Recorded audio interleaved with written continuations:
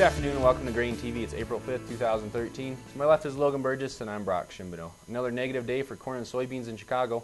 Let's turn over to Fire Tip to see how we ended the week.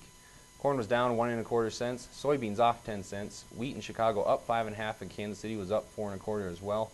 You know, Logan, it seemed early on in the corn market in particular, we did get some positive export sales news. Right. Although it was for next marketing year, we did see 120,000 metric tons being sold to unknown destinations in the overnight session. Yeah, you know, kind of a relatively quiet day for old crop corn, only down 1 1/4, but still another day where we're closing here in the red. Really not a lot to support that market, though, at this point. We really haven't had any good old crop sales. You know, as you mentioned, that sale today was good to see, but it was for the new crop, and I think people on old crop corn are really looking for some sales to come down the line with this big sell-off here. And, you know, looking at wheat here, it seems like wheat has really been supported this week by news that the Chinese were looking for up to 1 million metric tons of U.S. wheat. So certainly that seems to be buoying that market right now, but corn really has a hard time finding some footing.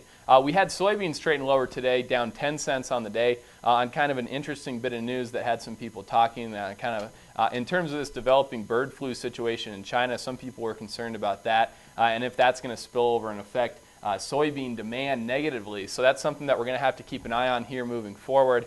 But in general, it did seem like kind of a quiet close to the week. The trade's really focusing right now on next Wednesday's USDA WASDE report. If we remember, just last Thursday we had the quarterly grain stock report, which really sent this market lower quite substantially, particularly for corn. And so obviously people are going to be watching those ending stocks very closely here next Wednesday. Brock, can you kind of break down what expectations are there?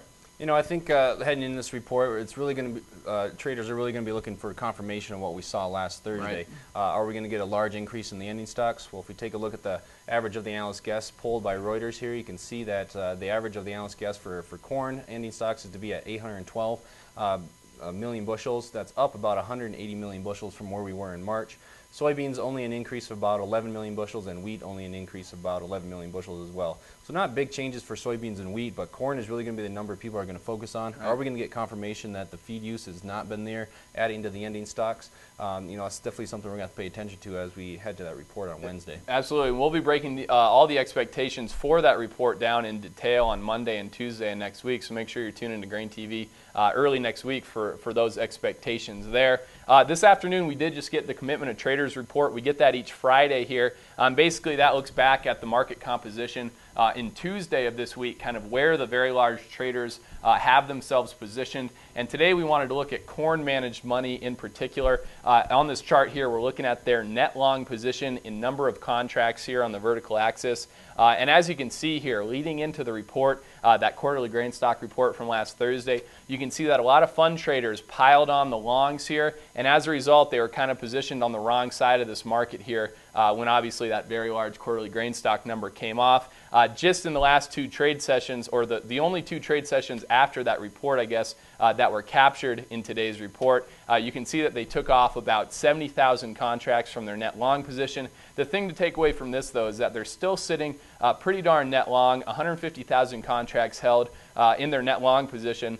So what that says to us is that if demand doesn't return to this corn market, there could be some fund traders that continue to exit to the door, and obviously putting some more selling pressure on this corn market here moving forward. You know, and I think after this report tracks it all the way up till Tuesday this week. Right. You know, Wednesday, Thursday, we saw some more liquidation by commodity funds in the corn market, but today we did see them even in the corn market. So today was more of a consolidation period, I would think.